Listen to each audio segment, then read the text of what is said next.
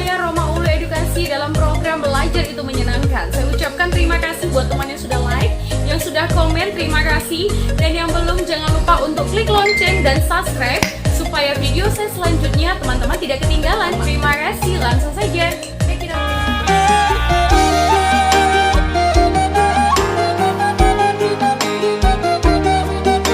Kisah Raja Uti dari dinasti Hatorusan. Alkisah ketika si Baso Burning hendak melahirkan, berkicaulah burung patia raja di dahan pohon beringin tumbur jati. Beterbanganlah pula hulis-hulis, petir bergelegar.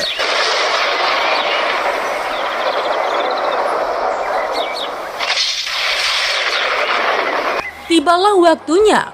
Lahirlah anaknya laki-laki, tetapi ada kekurangannya teman, karena kaki dan tangannya pendek, bahkan hampir tak kelihatan. Maka si Baso Burning pun menangis melihat anaknya itu teman, tetapi dia dihibur oleh guru Tatea Bulan.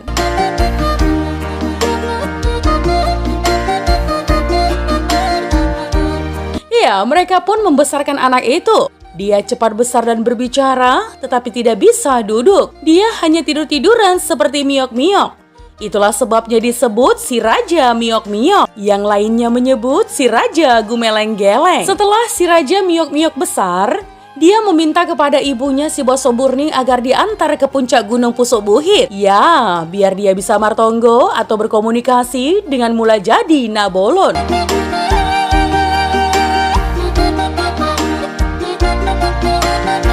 Maka teman, dia diletakkan ibunya di bawah pohon piu-piu tanggule. Biar kalau buahnya jatuh, ada buat makannya. Dia juga diberi punggah haumasan. Biar ada buat dijilat-jilat apabila dia lapar. Di tempat itulah si Raja Miok-miok martonggo. Biar mula jadi Nabolon berkenan melengkapi keadaan tubuhnya.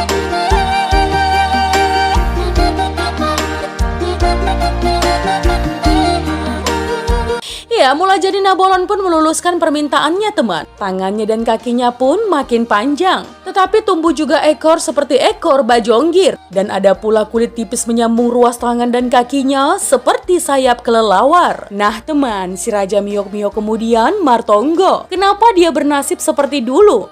Dulu ada kekurangannya, tetapi sekarang menjadi lebih.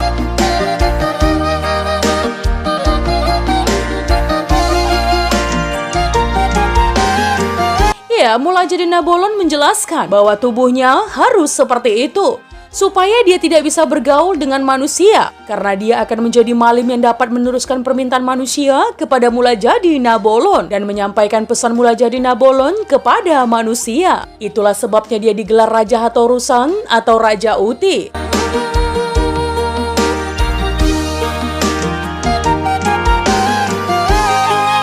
Nah teman, guru Tatea Bulan mendirikan tempat perteduhan di pohon piu-piu tanggule itu. Di situ ia ditemani ular baganding tua, bujonggir, untung-untung besar, dan burung layang-layang mandi. Nah teman, tidak ada lagi yang bisa melihat Raja Hatorusan selain guru Tatea Bulan, ibunya si Baso Burning, dan adiknya Tuan Saribu Raja.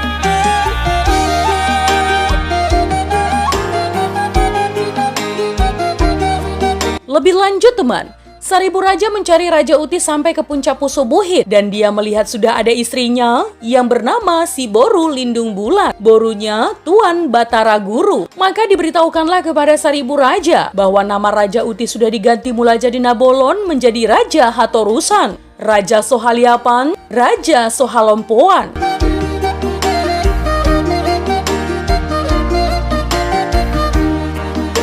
Dipesankan agar ada keturunan Saribu Raja yang mengambil nama Raja Hatorusan, karena dia akan pindah dari situ ke tempat yang akan ditentukan oleh mula jadi Nabolon. Nah teman, sejak saat itu tidak ada orang lagi yang melihat Raja Hatorusan. Akan tetapi berita mengenai dia tersebar kemana-mana.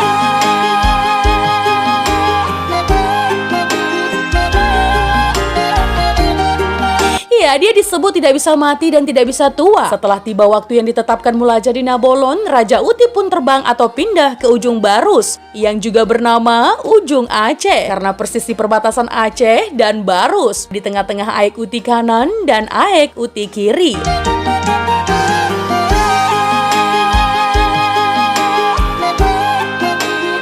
Disitulah didirikan rumah persaktian dan mimbar persembahannya. Hanya Raja Uti yang tinggal di tempat itu dikelilingi ulu balangnya atau pengawalnya. Mereka lah yang meneruskan pemerintahan dan yang menyampaikan berita kepada Raja Uti. Ya, sekeliling perkampungan itu ada 3 lapis penjaga, teman. Lapis paling dalam adalah macam-macam yang punya sengat yang punya sayap seperti daldal, harinuan, altong, naning, dan lain-lain atau sejenis lebah atau tawon.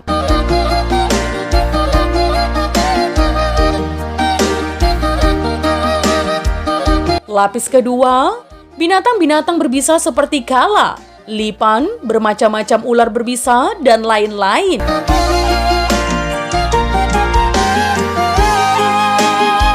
Lapis paling luar adalah binatang buas seperti harimau, beruang, gajah, dan lain-lain. Juga di aik uti kanan, kiri, dan ke arah laut ada buaya putih.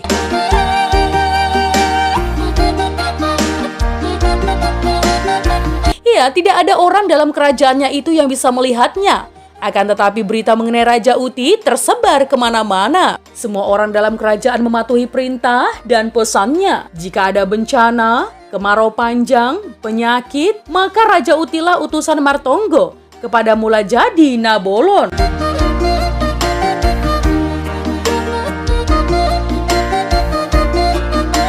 Lebih lanjut, teman, manusia yang dalam kerajaannya percaya bahwa Raja Uti tidak bisa mati dan tidak bisa tua karena tidak ada yang bisa melihatnya. Tetapi dari kepala pengawalnya kemudian ada cerita yang bocor yang mengatakan bahwa kerajaan Raja Uti sudah berganti beberapa kali, tetapi tidak ada yang tahu penggantinya.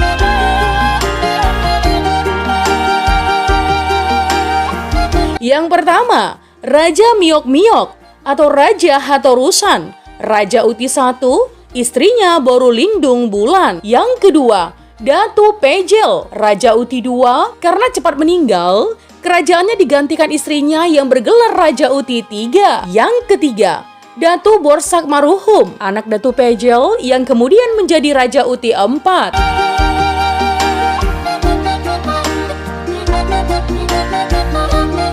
Yang keempat, Datu Along Niaji yang digelar Raja Uti V. Yang kelima, Guru Longgam Pamunsak digelar Raja Uti VI. Yang keenam, Datu Mambang di atas yang mengambil istri Boru Tompul Sohapupuran, kemudian menjadi Raja Uti VII. Yang terakhir yang memberikan kerajaannya dan kesaktiannya kepada Raja Manghuntal.